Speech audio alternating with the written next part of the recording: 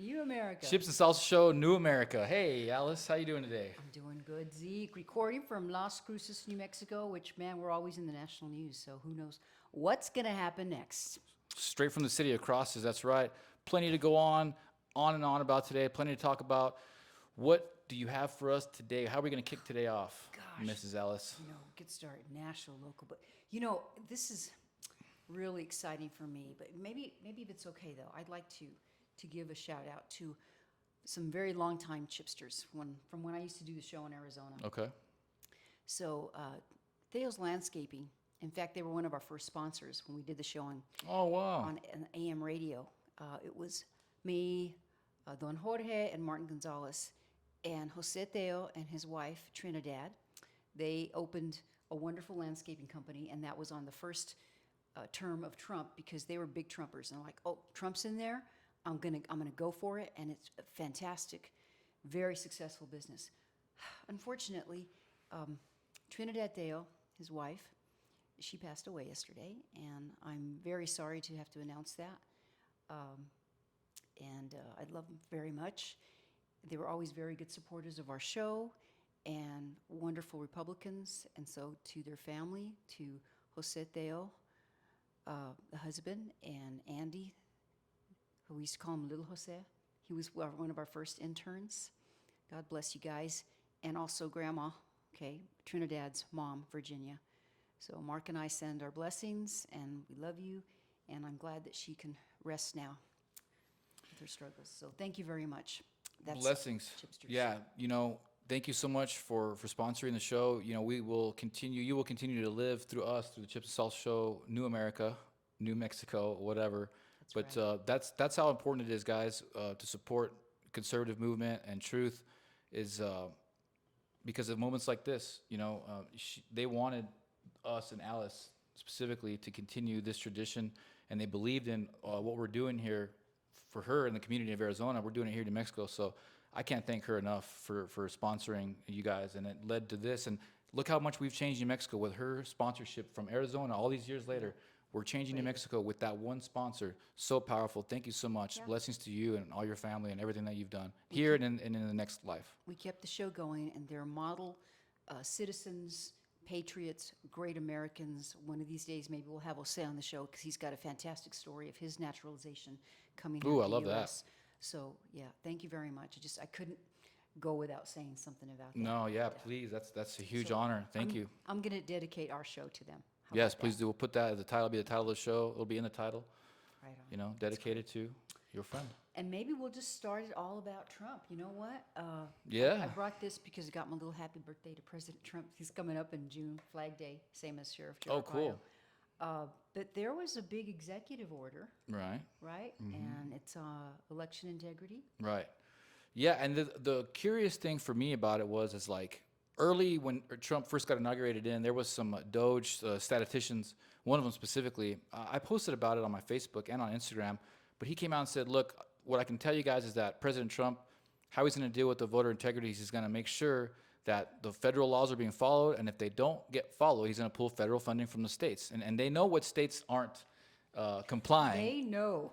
And it's the states that Kamala Harris won, essentially, which is us, Yeah. Or we might be number one in that category as well. Well, President Trump won Southern New America, Southern New Mexico. But, so that was interesting to me that they had a game plan already. He had just got in there and there was a game plan. I was like, okay. So, for me, I trusted that. I was like, well, if I wasn't to run for office, it would be now because now I know they're going to fix the elections. So here we are months later. We're going on, May 14th today? May 13th? May 13th, I think it's today. And I hadn't heard anything about it, but I saw on an X post, it was Trump Army on X, capital Trump _ capital Army. They posted a video of President Trump signing the executive order. It was like 2494 something, but it was basically pertaining to voter integrity. And it goes on and on about everything that statistician had said. No more voting machines, hand counting ballots basically, voter ID, and they're going to be prosecuting states or governments that don't instill these federal laws, that don't follow through with them. And so why they're releasing it now is a little weird because that actually was filmed March 25th. Wow. So statistician came out and said that publicly on X, February 8th, March 25th, the executive order was signed. I didn't hear about it, and I'm a voter integrity freaking savage. Yeah, we try. Nothing. Absolutely. So I was perplexed. I'm like, why are they releasing it now? And so I put a video out on Instagram. But look, the main thing is that voter integrity laws, the way that executive order stipulates, will change New Mexico forever. I mean, this state, I think most people know now, is not complying with federal laws. I mean, we've got a lot of issues with voting, polling locations, poll challengers, poll watchers, the machines. I mean, we can go on and on. Throwing in absentee ballots at the last minute. The whole thing with Yvette Herrell, we've been over that a million times. So I'm excited. I'm excited for the future of New Mexico, although it does kind of bring in some kind of, leery. We got to be careful because it's a dangerous time. And these people don't want to lose their power. They're going to do anything they can to keep it, right, Alice? Oh, absolutely they will. And, as I told you when I first moved here, it's going to be 3 years, if you can't believe it, this month. That's so That fast. we've been back. But it freaked me out the first time I went to vote because I didn't have to show ID. I think I had my voter card with me, but they didn't really care about seeing it. They just said, "Oh, what's your name? Oh, is that information right?" And I said yes and could sign it, and that was it. And I thought, wow, anybody could do this. If anybody knew that I was registered and knew I wasn't going to vote or something, they could just show up and do it. Or someone had died and hadn't canceled their voter registration. And at that point, I thought, oh my God, my New Mexico, land of disenchantment. From that on, I'm like, oh gosh, we have to do this. And to Trump's credit and his team, we were talking about this, I think, the other day. They're so busy. They know they've got so much to do, and they can't wait. And if you're out there and you're thinking, well, okay, we don't have that much time. No. Because we have elections coming up.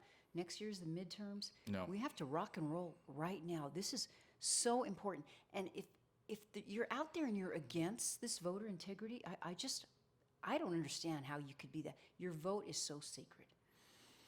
Well, yeah. I mean, if you guys, anybody's about truth and the American way and just, the will of the people, which is a democracy, although we are in a republic, but if you want to have your democratic style government where the people get to vote on our elected officials that represent us in a republic, then you would want transparent elections so you make sure that the will of the people is actually being fulfilled. Right. But it's like these people don't want to have voter ID. I argue with them still all the time, like, oh, well, you're disenfranchising people who can't afford an ID. I'm like, look, if you're a U.S. citizen, it really don't cost much. You already got your ID. You already got your birth certificate. How do you survive in this world, especially in America, without an ID? I don't know. How do you do anything? I don't know. So it's just, it doesn't make any sense. And then the cost benefit analysis is like, okay, it might be a bit cumbersome to go get your driver's license if you're a U.S. citizen. $30, 15 minutes at the DMV, okay. But what do we get from it? Fair elections, better schools, safer streets, prosperous economies, all because we're making people pay $20 to get a U.S. citizen ID. I mean, it's worth it. It's worth it. Legitimize the ID. And, along those same lines, there was a story as well that President Trump, all this money that goes to illegal aliens, we said, you know what, we need to get that money and give it to our homeless vets. Now, Zeke is a veteran, U.S. Air Force. Our veterans, we owe them everything. That's why we have this country. And then also, I heard this is really cool, I have to say this. So, especially combat veterans. If you have thought about joining the military, I know these last 4 years under a certain administration, it wasn't doing very well. They didn't want to serve. People did, and I can't blame people for not wanting to sign up.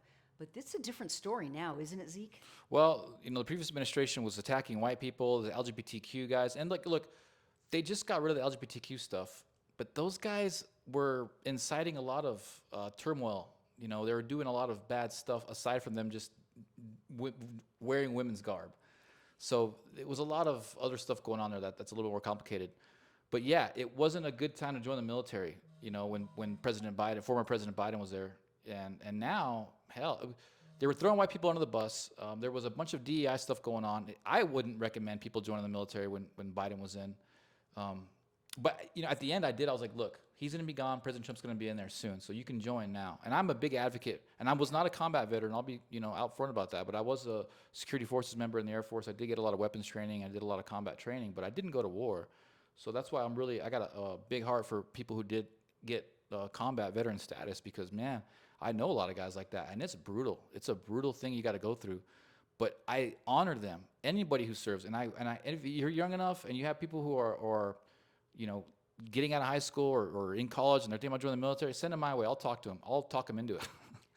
because it changed my life so much. It helped me as a man, as a human being, as an American. Why do you think I'm so patriotic? Well, I'm so political. I'm hanging out with hardcore conservatives like Alice. I mean, it's hardcore conservative. She's like this sweet, like pro-America Catholic, you know. But to the left, we're hardcore conservatives, but we're just normal Americans. This is how we Care grew about up. our country. We care about our country. We grew up like this, traditional Catholic home. It's who we are. And so, but my military service had a big part in that. And my dad pushed me into it. My mom pushed me in. They didn't really push me. I volunteered, but Encouraged it you. was endearing. They were proud of me. And I wanted to make my parents proud, so I joined the military. So if you do have kids or grandkids or anyone that's still join the military, seriously, I've got a lot of people to join.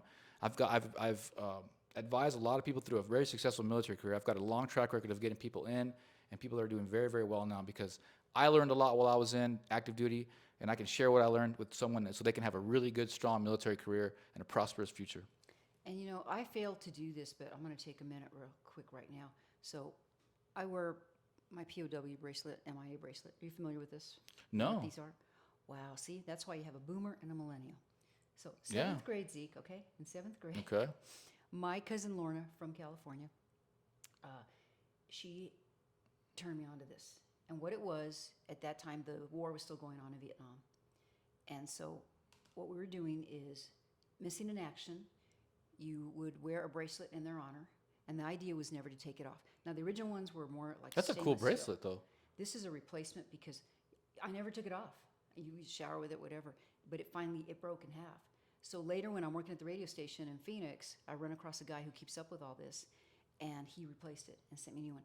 And this is... That's cool. And the crazy thing is, so this was Staff Sergeant Jesus A. Gonzalez, and so he's been missing since April 19th, 1968. Wow. And I kind of looked him up, and what had happened, he was in a reconnaissance helicopter, I hope I'm saying that right, and it went down, Yeah. and they never found those guys. Yeah. And guess what? Somewhere in El Paso. That's where he's from, El Paso. So one of these days, I need to do enough research and maybe find the family. Wow. But I still try to wear it because there's still a lot of guys and gals.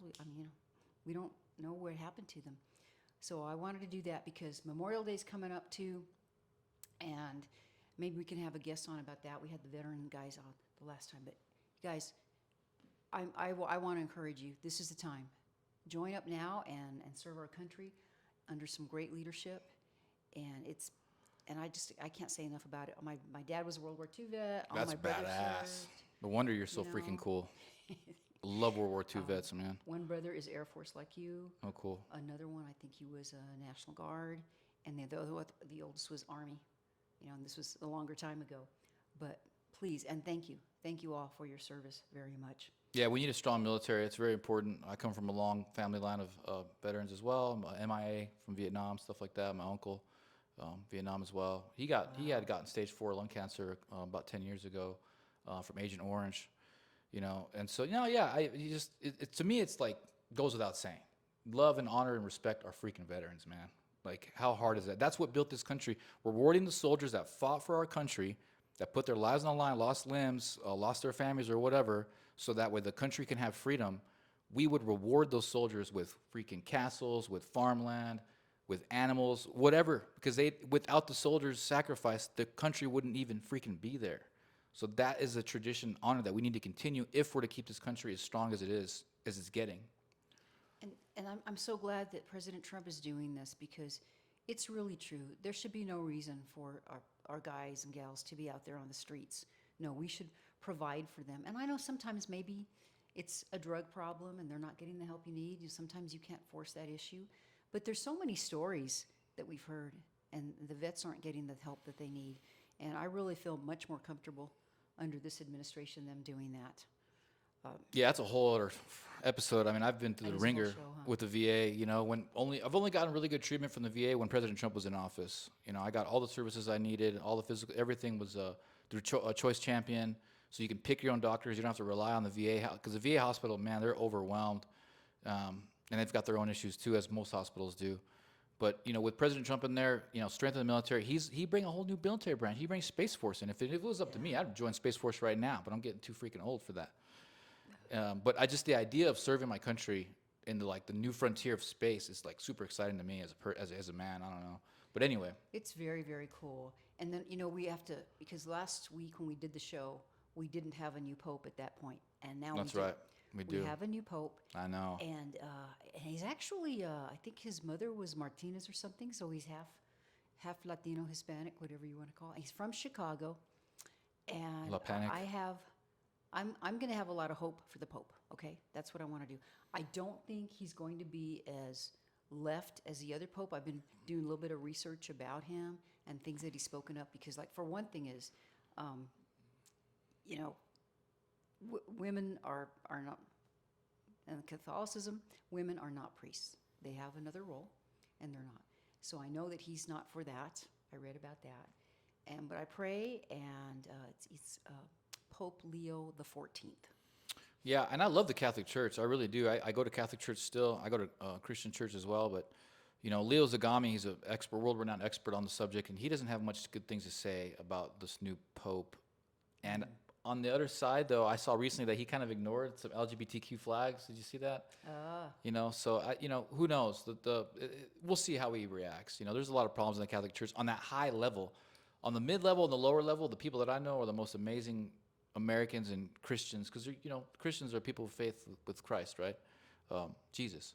We're very blessed. Thank you for saying that, because some people say, "Oh, you're Catholic or Christian." No, Catholics are Christians. We believe in Christ. It's not that black and white, guys. The Catholics have a lot of respect and honor. I wouldn't be the man that I am today if it wasn't for the Catholic Church. Straight up, I grew up in the Catholic Church. I was an altar boy. So, but yeah, it is what it is. The Pope's had issues. The Pope's had issues over the years. So, the fact that he's the first American Pope, which is cool, and it makes you think, when they were all there in the conclave and what they thought, it could be.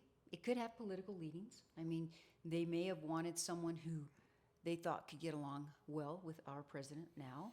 I mean, I would love to be a little fly on the wall. I think I love that the most, is that he is American. I think that's super cool, because the communication with him and President Trump's going to be very high. Because the Catholic Church is ultra powerful, guys. I mean, half the Christians on this planet are Catholic. A lot of members. I mean, that's huge. I mean, there's just a huge infrastructure. Think about every little city in this world has a Catholic Church in it. You know what I mean? So the power of the Catholic Church is, almost unfathomable if you think about it, because it's been a centuries-long power. It was first. So it behooves of us to stay close with the Catholic Church and just, honor them and for what they can do for the world and what they have done for the world. But, all bureaucracies around the world have been infiltrated and have been corrupted, including our own country. So me talking about the Pope and the issues that they had in the past, I'm not trying to, be above that. Look at our own country, for crying out. Look at our own state here in New Mexico. Yeah. I mean, we got big problems here. So it's a great awakening, guys. We're all awakening to this stuff that's been going on right in front of our face for decades, our whole lives. And there's just the whole world of evil and just corruption and sabotage and subversion that we really haven't been privy to or understood until now. And we're really starting to, pull up the rock and see the cockroach nest, and it's bad.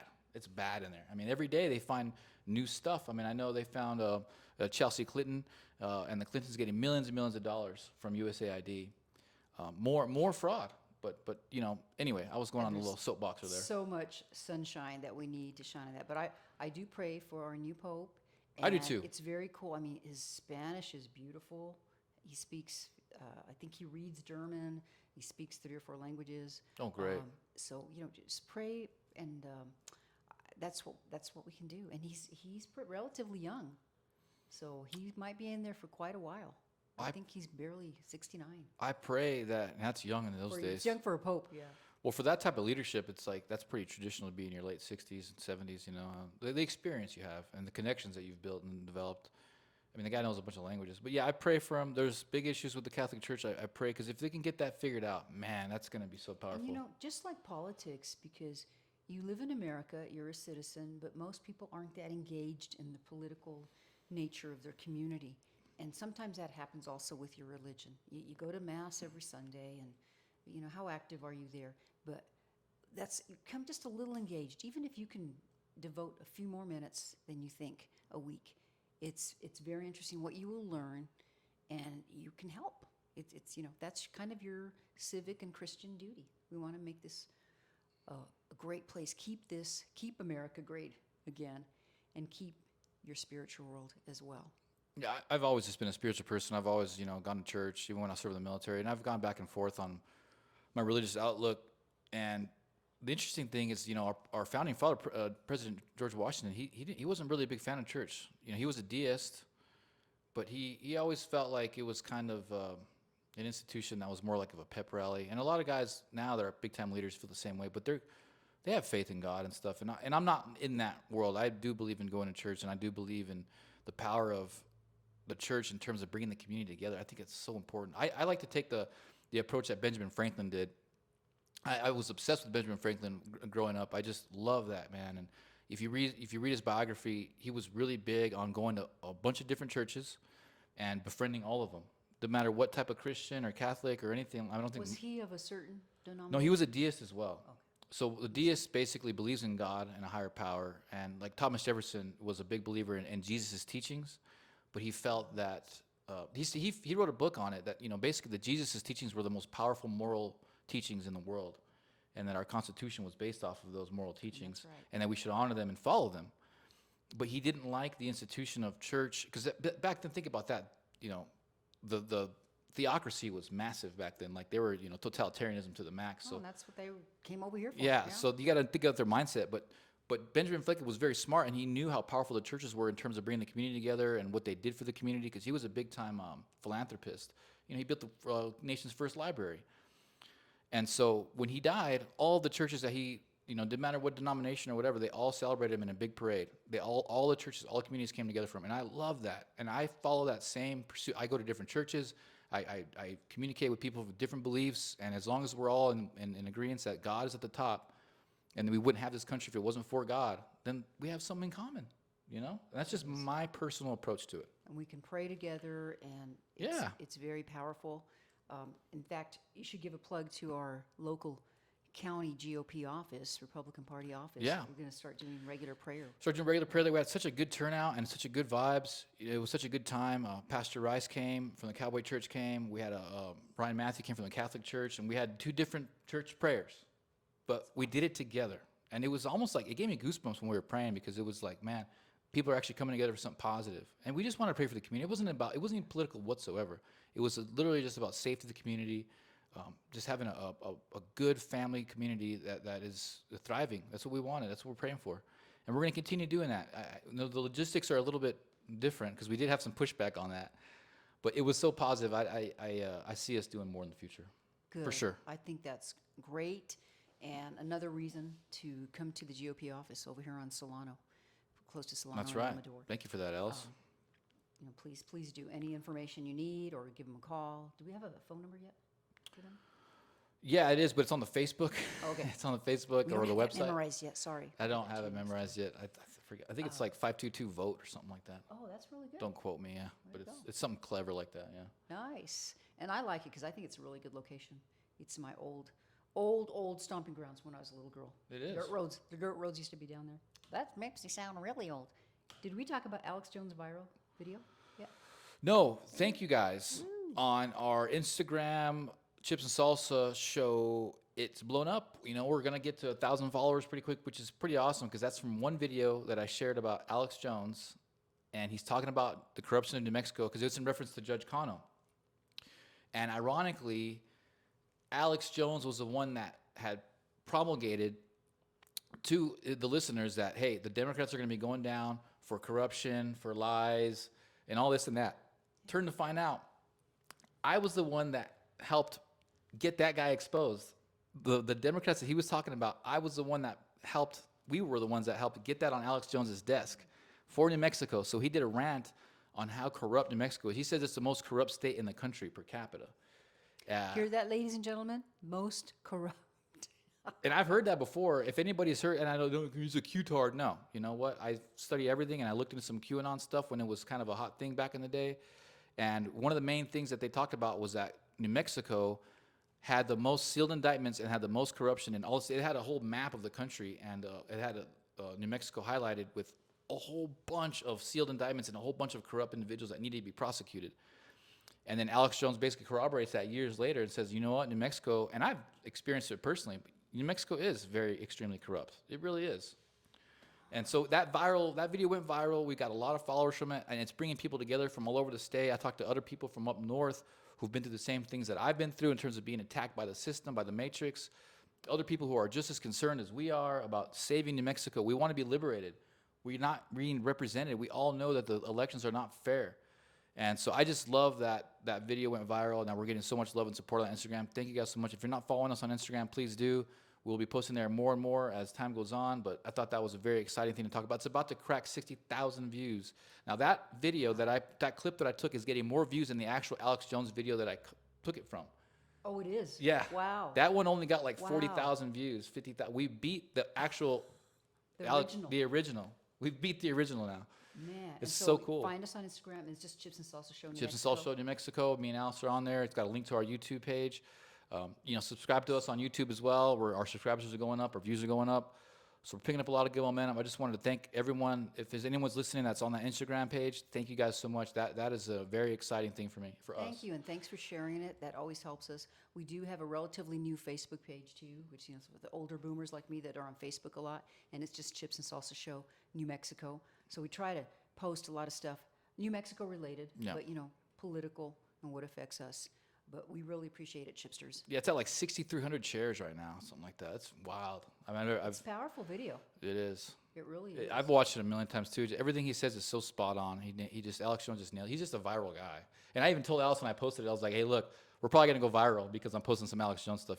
And sure enough, that's what happened. And it did, yeah, exactly what you said. It happened. It's pretty damn amazing. Pretty cool. Another thing that I wanted to talk about, that I feel like it's so important, the fact that Trump, this guy he's never, I don't think he ever sleeps. It seems like he never sleeps. Yeah, he's on something. But as many of you know, he came down here to the border. Well, I should say, they made a lot of federal land, turned it into basically like a military base is the best way to describe it. Yep. So that's a good thing, because let's say you're an illegal alien, which the numbers have just dropped so dramatically. But let's say you're an illegal alien and you're trying to cross in to the border here down in New Mexico. It's like a double whammy, because of course, first of all, you're illegally coming into the country, but now you are on a military installation. So, boom. So I wanted to share with you, and I stole this from the Pinon Post. Shout out to them, because they do a great job. They do a pretty good get job. The top story every day about what's They're going on on. it. They're in on top of it. Mexico. Yes. And so it says, through a newly established restricted military zone in southern New Mexico, okay? And so you're subject to enhanced legal consequences under the Trump-era regulations because you're trespassing on a designated military defense area. In other words, your butt's not supposed to be there, no matter who you are, unless you are authorized to be there. And so arrests occurred last week along this border. The U.S. Department of the Interior transferred over 109,000 acres of federal land into the U.S. Army, including a crucial 80-foot wide corridor, and that's in Doña Ana County, where we are, okay? Luna County and Hidalgo counties. Where is Luna? Is that Deming? Deming area, Okay. yeah.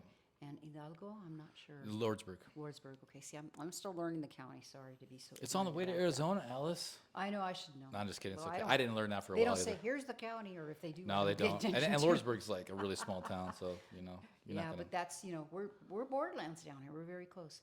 So it says currently approximately, and they have to put a warning sign, okay? Because they have to make sure, okay. It's a militarized let you zone. know, Yeah. So they have 199 warning signs have been posted along the 180-mile stretch Damn. of borderland designated as restricted, with the government working to install more. Wow. this I didn't is- know it was that hardcore. 180 miles. This is a big deal, and they arrested hundreds of criminal aliens. I think it's like 209,000 or something.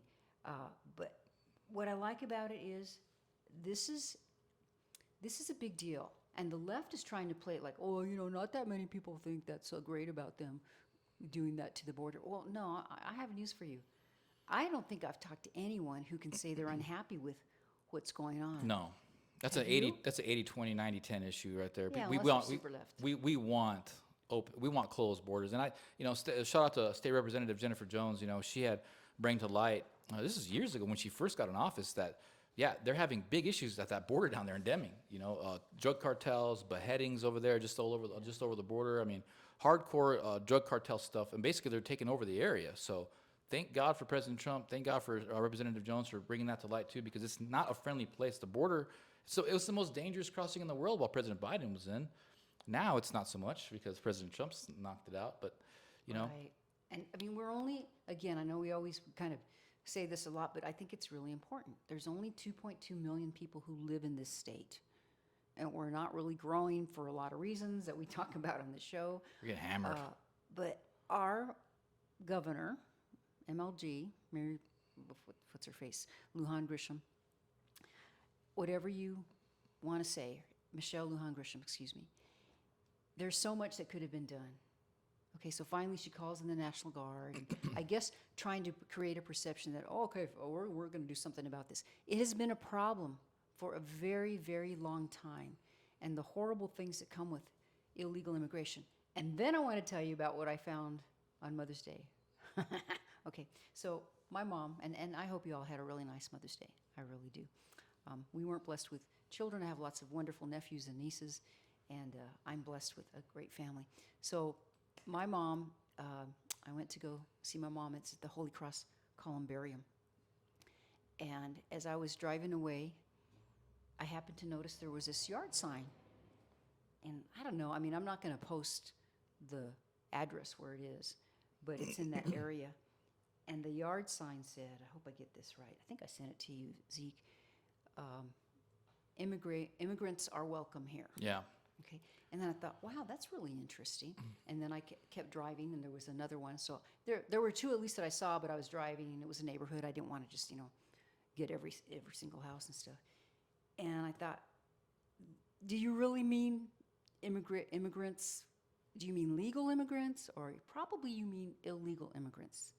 And I was so tempted to get off the car and go knock on the door and say, okay, what exactly are you talking about? And by the way, if I have a friend and I bring them here, you want to put them up on your couch or something? Is that what you mean?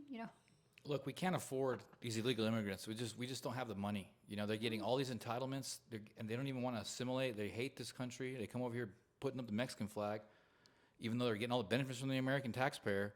It's not like the old school immigrants that we were getting, the ones that were coming here to work and earn their way and assimilate and raise a family and get a job and do that. It's not.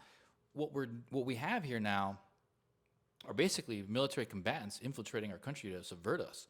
That's what President Maduro was clarifying from Venezuela, was that he was told by the Biden campaign to send Tren de Aragua prisoners to America. And when they're, Judge Connell's over there. That's pretty specific. But he said it. He's trying to cover his own ass. He's trying to cover his own butt. Saying, well, look, you can't blame me for sending him over there. I'm just following orders from President Biden.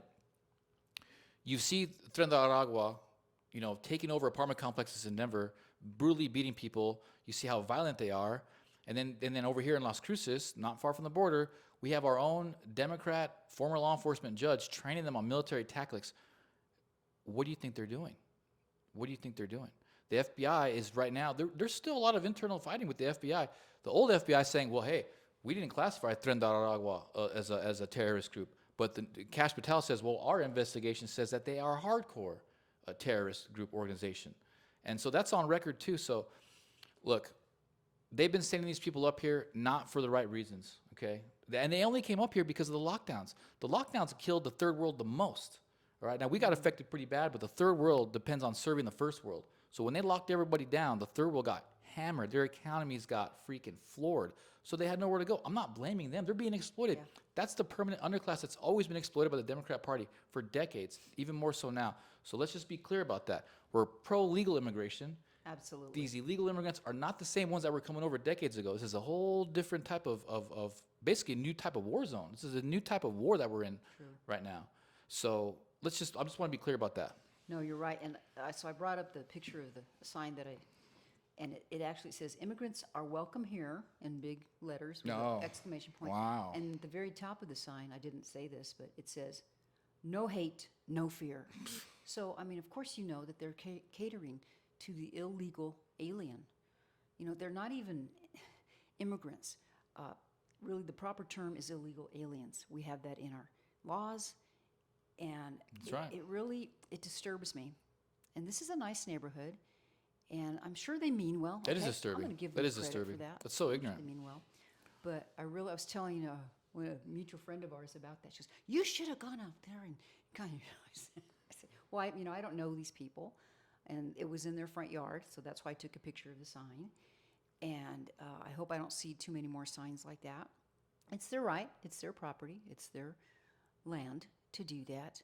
But it's a slap in the face to every legal immigrant that comes here, has been waiting for years, has been spending money, trying to do it the right way, and they still don't have their citizenship. No. And they're still trying to get it. And that is wrong. That's not America. We are a rule of law nation. And I had to bring that up. Well, they've caught them conditioning these people that they bring over to hate Americans, like to be racist against white people, to hate the Constitution, to not assimilate on purpose. And we've seen the outcomes of that in France, and we talk about this all the time, but it's an important issue. This is the issue, guys. By and large, nobody likes illegal immigration. By and large, everybody wants a nice, strong border wall, okay? And that's ingrained in our freaking evolutionary psychology. That is epigenetic. We don't want people coming into our land and destroying our land. Otherwise, and why our would we culture. have a nation? Yeah, If we don't have exactly. borders, then It's the oldest thing in the book, and they're actually the founding fathers are very smart. They have it written in the Constitution and written in our laws now. They looked at things when they were forming this country. They're like, okay, centuries, because they're all historians. They knew 5 languages. These guys were badasses. They're like, okay, historically for centuries we've had people try to infiltrate countries, from all over. So we got to put laws in place in case we try to get infiltrated again. And so that's what Trump's utilizing, the same laws that the founding fathers put in centuries ago to prevent our country from being subverted and infiltrated from other countries. And what's so cool about that and what the Trump administration is doing, and like great people like Kash Patel, who recently he just did a great job, he was testifying. But it's an education, really, of Americans, because history isn't taught like it should be anymore. No. And even for older people, too, maybe we've forgotten and we need to be reminded. My goodness, everything that this country was based on. We can't, that's our history, that's our legacy. And next year is our 250th anniversary. Yeah. I mean, come on. Yeah, we should have been destroyed by now if they had their way. The longest ruling empire was, I don't know, how long was it? The Roman Empire? They went like 400 years almost, I think, right? Or 300 something? And, we don't want to go that way. I don't know if We don't need to. We don't need to. If we can do things right, and the left just keeps, all they can do is try to knock us down and everything. And, I heard a report about, remember how Biden was trumpeting, I'll use that word, that he brought down the cost of insulin or something? Yeah, the pharmaceutical prices are going down like 80%. We're getting taxed on all these drugs that we've been getting. They've been taking advantage of us, so that's gone now. The economy's booming. He just brokered a bunch of deals with China and all over the world. Like, President Trump's doing really well right now. But Biden was trying to take credit for that, and they had a clip from him. But the actual thing, and I think this was on Higbee that they were talking about it, and who's become one of my new favorite guys. And actually what happened was that was kind of like at the end of Trump's term, and he had signed something to lower the prices, and he was doing that. In fact, he was talking about how he got a phone call. Trump was talking about he got a phone call, and it was his friend from London. He goes, "Oh, he's taking the what do you call it, a fat shot."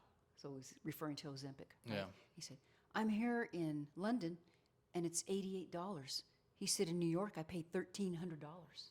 I mean, things are still so messed up. So here's how it really works on the global economy, geopolitically. America is the biggest market in the world. Okay, we buy and consume the most goods out of any other country in the world, and we will continue to do that. So we have all the leverage with all these countries we're doing trade deals with. They don't have an option but to play ball with us if they want to have a strong economy. So if we don't have someone like President Trump in there who's making sure that we have that we utilize that leverage, like, hey, we're the biggest economy, you want to work with us, we better have some fair deals. If you don't have that, the way the world's looking at us, these other leaders, when they see weakness like in Biden, we're going to just rob these people from with the because they can, and it's They did. And that's basically what a lot of the Democrats do. The taxpayer is what's funding all these crazy programs, the USAID. They're inefficient, they're ineffective, they're pocketing it themselves, they're not paying taxes on it. Because in their head, well, the American taxpayer is just going to keep putting it in there. We're going to keep printing money, and we're going to take it. And who's going to stop us? Well, President Trump's there stopping them now, right? And so are we. Yes, we're speaking up. Because we deal with that kind of stuff here in New Mexico too. I mean, why wouldn't we? This is the worst state in the country. Why wouldn't we have the worst everything else in the country? So we deal with similar stuff head on as well here too, guys. I can't talk about it much here, but I mean, look at the Judge Cano thing. You know, that was pretty wild. You know, Is there any update on that, Zeke? no, I haven't heard anything. You know, I haven't heard anything. They're keeping that hush hush. I know he got out on bail. I haven't heard anything since, but Yeah, there really hasn't been an update, which doesn't surprise me because news sources down here, they're just not as thorough. I mean, I know this is not a big city or anything, and then they could just be, gathering their case. yeah, in they're being detail. very, very careful because they're tiptoeing around it because they don't want to lose the case. You know, they can try to get the charges dropped on procedure, some other wacky cockamamie thing. So they're just making sure they hammer them and they get them prosecuted because it's not just about Judge Cano. It's about just the corruption in general. I don't want him or his family to even take. It's Yeah. not personal, bro. Innocent until proven guilty. You know, too. you're innocent We're until all proven about guilty, man. But you know, in the face of all the other corruption that Doge is finding and that we're all kind of waking up to, that is just kind of the focal point of it here locally, and it's gonna branch out into other stuff, in my opinion. I think we're gonna look under that rock and we're gonna find other things, find a mountain. It's in my opinion, but he's innocent until proven guilty. But you know, for me, in my experience in life, if you find a rock, you ain't gotta look too far to find a mountain. You know. There's just so many questions. I was talking to a mutual friend of ours the other day, and she had a lot of questions, and so do I. And it's about the judgment of the judge. You know, the videos, the pictures, and things. I think his claim is he really didn't know who he was dealing with. And I'm thinking, wow, the judge has a lot of resources. Plus, he had a law enforcement background. So, I mean, I'm sure he's a super intelligent guy. He has a lot of people that I've come across. You know, I've only been back 3 years, and they have a lot of good things to say about this judge. So we'll just see what happens. That's another thing I'll say real quick too, because after that situation happened, it's kind of calmed down. This week it's really calmed down, but for a couple of weeks, especially the National Day of Prayer, and before and after that, I had a lot of people come up to me in public. They recognize me from social media and they thank me for bringing that to light. They say, "Hey, I'm a Democrat, and I was friends with Judge Cano, but we are grateful that you put that out there because we don't care who you are or what party you're from. If you're doing that kind of stuff, you need to be exposed and you need to face the consequences." I had a lot of people come up to me and tell me that. And you know, as I am a Republican, we're pretty conservative, whatever, but at the end of the day, I'm someone who wants better schools for our kids, who wants safer streets, who wants a better economy.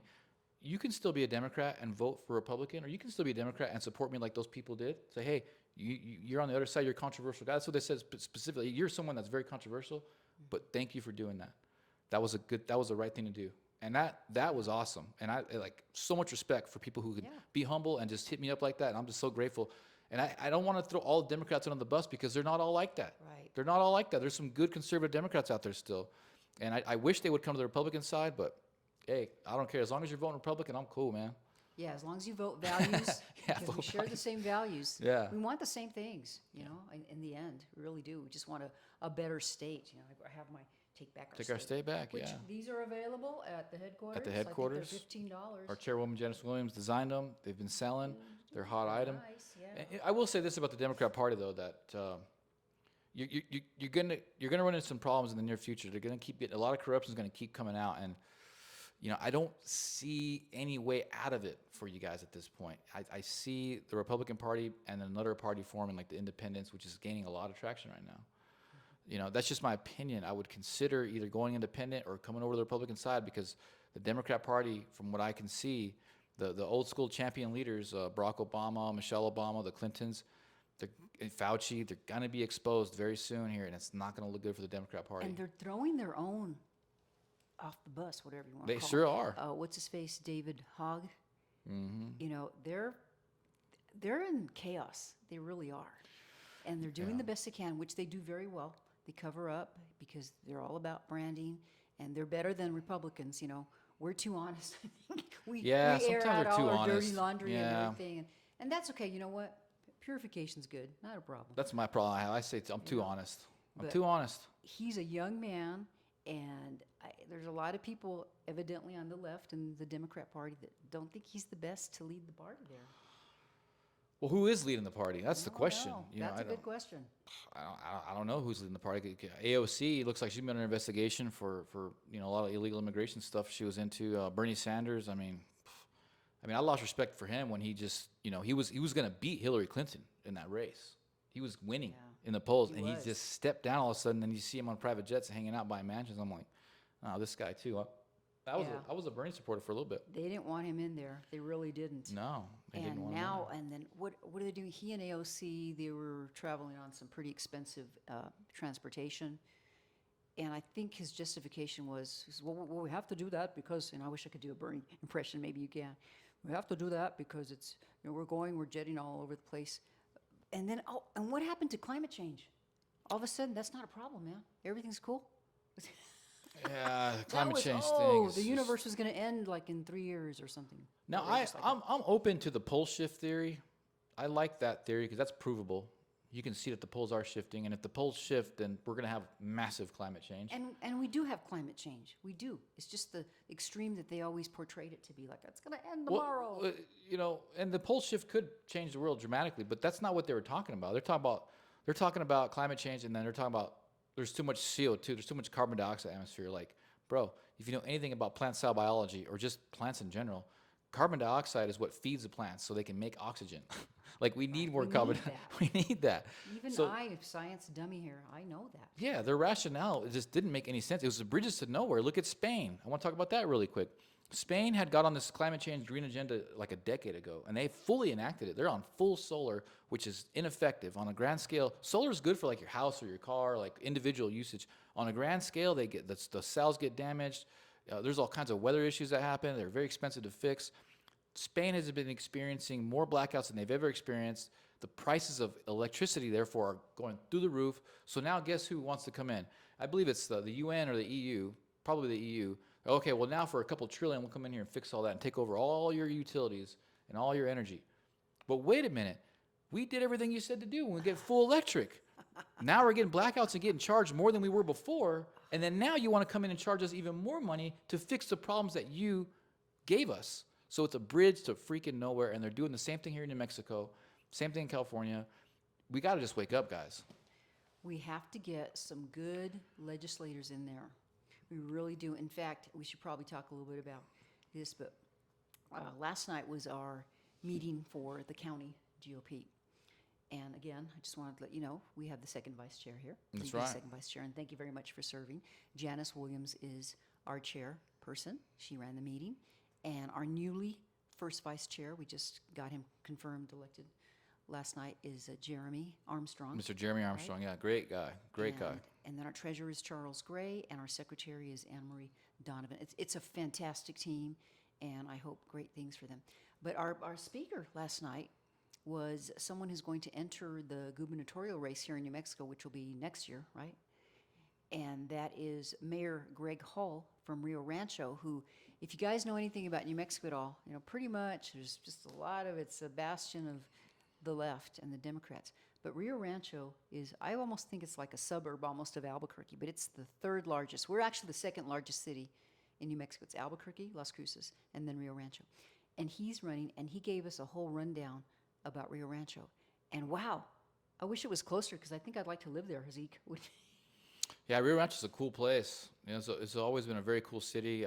Shout out to Senator Block. He's taught me a lot about Rio Rancho. I've spent a lot of time up there, with other people that live there that I grew up with and that I know personally. It's a beautiful city, and it kind of makes me mad. And here's why: because I feel like Las Cruces had more potential than any other city in this state. It does. It's just we're so close to the border. We have so much access to other resources in the southern state of New Mexico. It's an agriculture community. And we just never got to actualize our full potential here. And so when I see Rio Rancho thriving, it kind of pisses me off because I'm like, man, Las Cruces could have been better than that. We could have done, and we were doing better than that. In the late 90s, this city was awesome. And it frustrates me because I see that they've stifled this city massively. We're overly taxed, we're overly regulated. It's hard to do business here. All the big contracts for builders and construction workers go to out-of-state money. There's just so much corruption in this city. And so, yeah, shout out to Mayor Hall. He's done a great job with Rio Rancho. You cannot take that from that man. That is a badass city.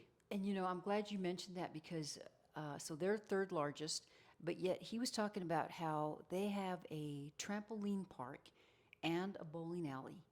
And I don't know when the last time we had the bowling alley. There was a shooting, I think, in the last bowling alley we had, and never reopened. I think, is that changing? Are we going to have a bowling alley? Yeah, we're building a new bowling alley right now. Finally. Elite is on it, and I think the former owner of Burger Time, I forget his name, but there's a couple investors in that one. But it's the old Kmart right there on Telshore, next to the Telshore 12th Theater. It's going to be a bowling alley. It's going to have a pickleball court. It's going to have laser tag. It's just a big entertainment center, and It's so overdue, though. I've talked to one of the owners, and he was really just about the children. He realized that there's nothing cool for the kids to do in the city that's safe, and he was really motivated to give the children something to do. So that's what they're wonderful. doing. Yeah. You know, and he had it's a whole different deal when you have a city that's run well. And I'm not saying that he did everything by himself. Evidently, he had a pretty good city council. Yeah, the conservative city council that. too. That's And fine. more recently, so there was a vote very recently, and what they wanted to do is, evidently in the city of Rio Rancho, you do have to show your ID for voter ID. Is that the deal? And then what happened is they voted because they wanted to be in step with the entire state and not have to. This I presume is for local elections. And he recused himself because he's running for governor, but in the end, they still do require it. I thought I had that article, and I'm sorry. Yeah, they didn't. It didn't go through. They were trying to get rid of voter ID, and they were trying to extend the years of service. They were trying to, because it's 4-year terms. They were trying to make it 6-year terms Oh, really? as well. Oh, okay. Yeah, so they were kind of just voting for themselves there. You know, so look, New Mexico, and Mayor Hall said this yesterday. He's like, look, New Mexico has been run and owned by the Democrat Party for a very long time, and they have a lot of power here. It's impossible to make any moves or get an edgeways in anywhere without having some form of Democrat support. And I get that. And I do try to vie for Democrat support, and I do have a lot of support from Democrats in this city, in this area. As far right as you might want to say I am, and I wear my MAGA hat, my MAGA Trump hat, well, whatever, I sincerely have a lot of Democrat support because I understand that dynamic. But from sincerely, I know that there's good people that are Democrats still, and I have no problems representing them or supporting them in whatever it is may be. As long as we're all together trying to better the community, that's all it's about. The mission stuff, right? Yeah, it should be. I wondered, we have ranked choice voting here in Las Cruces. I meant to ask him. You can get What hammered have. by all the crazy stuff that we have going on in this city. I mean, just thinking about it just, kills me. Shout out to Rio Rancho for keeping the local, so it's a local requirement when they have their elections, you need to have voter ID. And that's good. I wish we had it here. And that's my fight to do that. Voter ID is coming. It's coming. President Trump's going to put it into play. It's going to change everything. It's exciting about that. I don't want to forget to mention this. It's kind of deviating from what we're talking about, but That's cool. Mike, Marcy Schmitz, my good friend, works with Southwest Coalition, a lot of pro-life stuff, and I am honored that I'm kind of helping her out with some prayer warrior stuff. So this is a program, and maybe I know Mark Cavalier said he'll be on sometime, and maybe if she gets approved, she can do that too. But basically, we have an abortion facility out here, unfortunately, and her job is to be out there and to actually engage if somebody wants to about their abortion that they had. Now it's mostly like a pill, but they do perform surgical abortions. And then my job as a prayer warrior, I just am there with her so she's not alone, and I pray the whole time. But if you're interested in doing anything like this, please contact me, alicelada@hotmail.com, or go through Facebook, message me there, and I'll put you in touch with Marcy because they are looking for prayer warriors. And I just want to mention, so she's training this one gentleman, and he just had a great story that I think it was 18 years ago.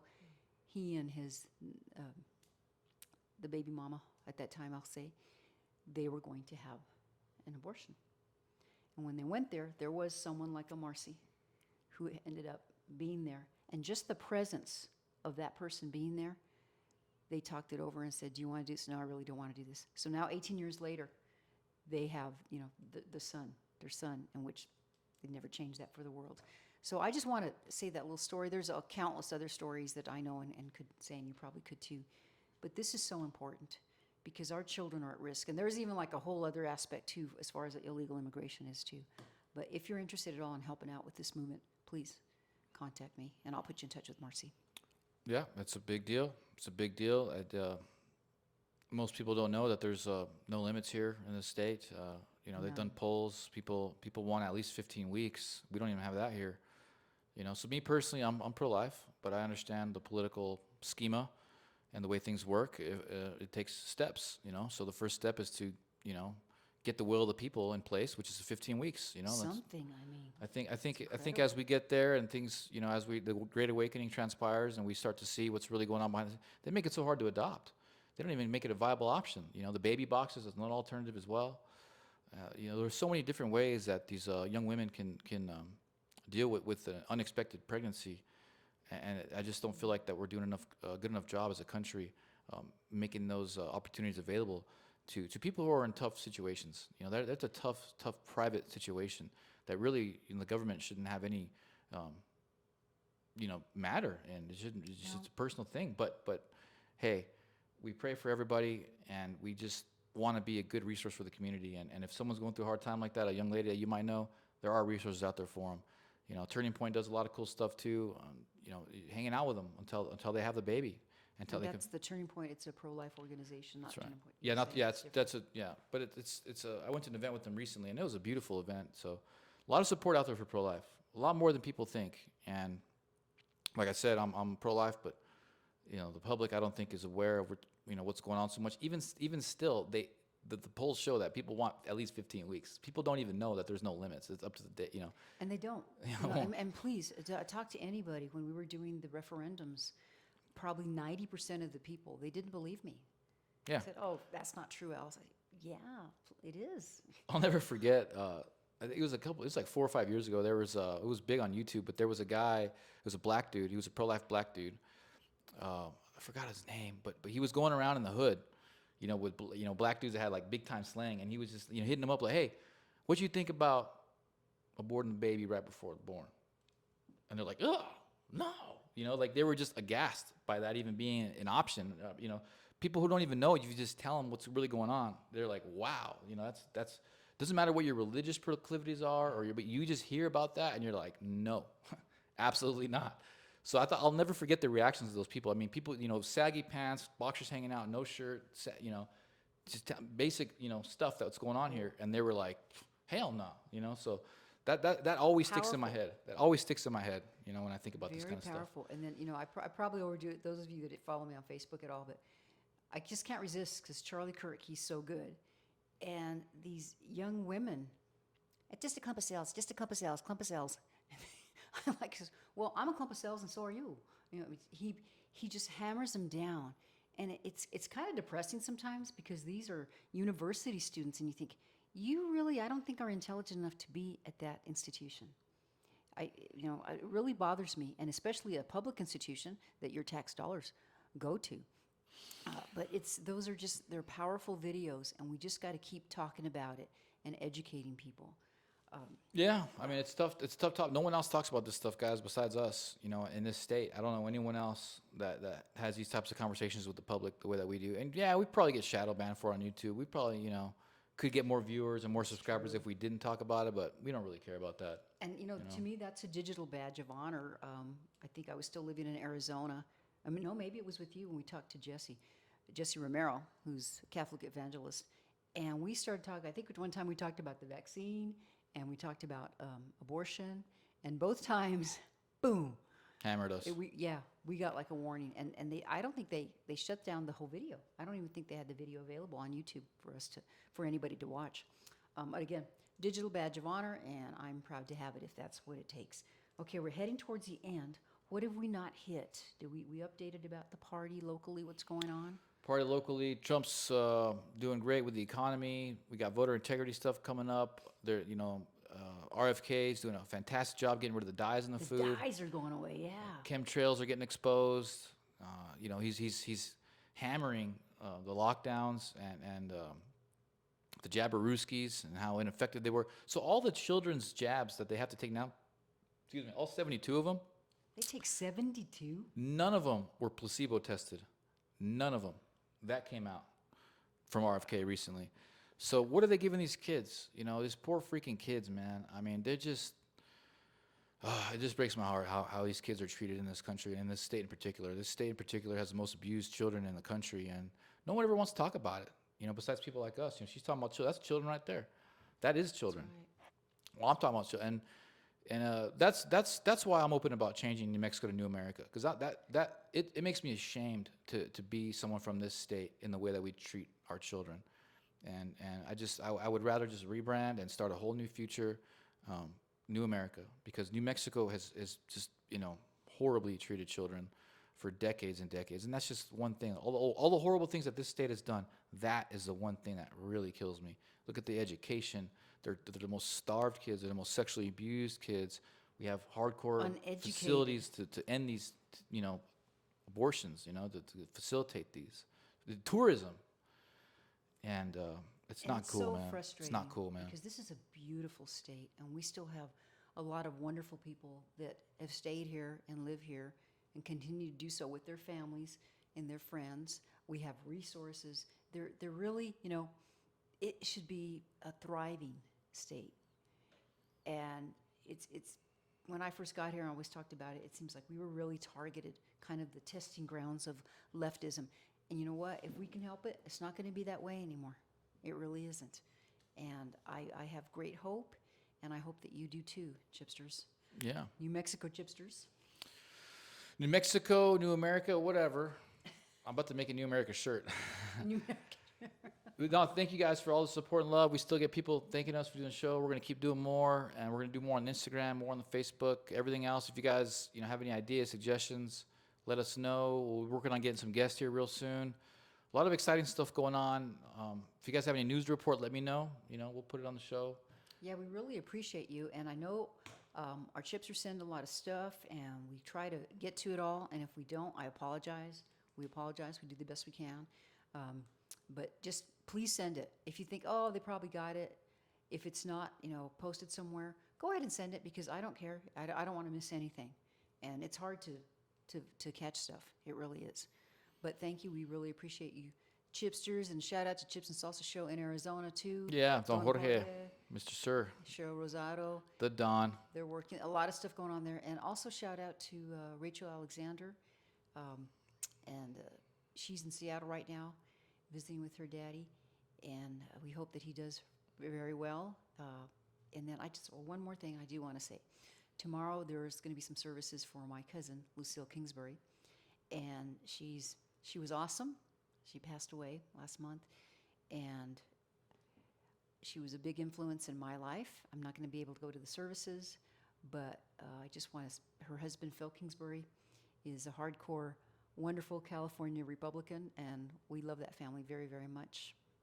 My cousins Lorna and Angela and Janine and everybody else. There's too many to name because, Mexican families, Catholic families, we'd be here for another hour. But thank you very much, and have a wonderful, and Zeke's going to take us out in prayer because he does that so wonderfully. Yes, Lord, thank you once again. I cannot be more grateful for all of the opportunities that you put before us and all of the amazing opportunities that President Trump is putting before us, Lord. And we know that's because of you and all of our prayers out to make this country better, to make this state better for you, Lord. And we just can't be grateful enough. And I pray that you protect all of those who are fighting for your message, Lord, and you put your protection into the children as well, Lord. I pray that you find a place in their heart for any children that's suffering out there in this state or anywhere in this world. Please answer their prayers, or just find a place in their heart and console them, and protect the men and women that are fighting for children right now, because our country is fighting for children as we speak, and we just pray that you protect them and give them the strength that they need to fulfill their mission, Lord. In Jesus' name I pray. Nicely done. Amen. Thank you, guys. Laters, Gators. All right. Have a great rest of the week. We'll see you next week.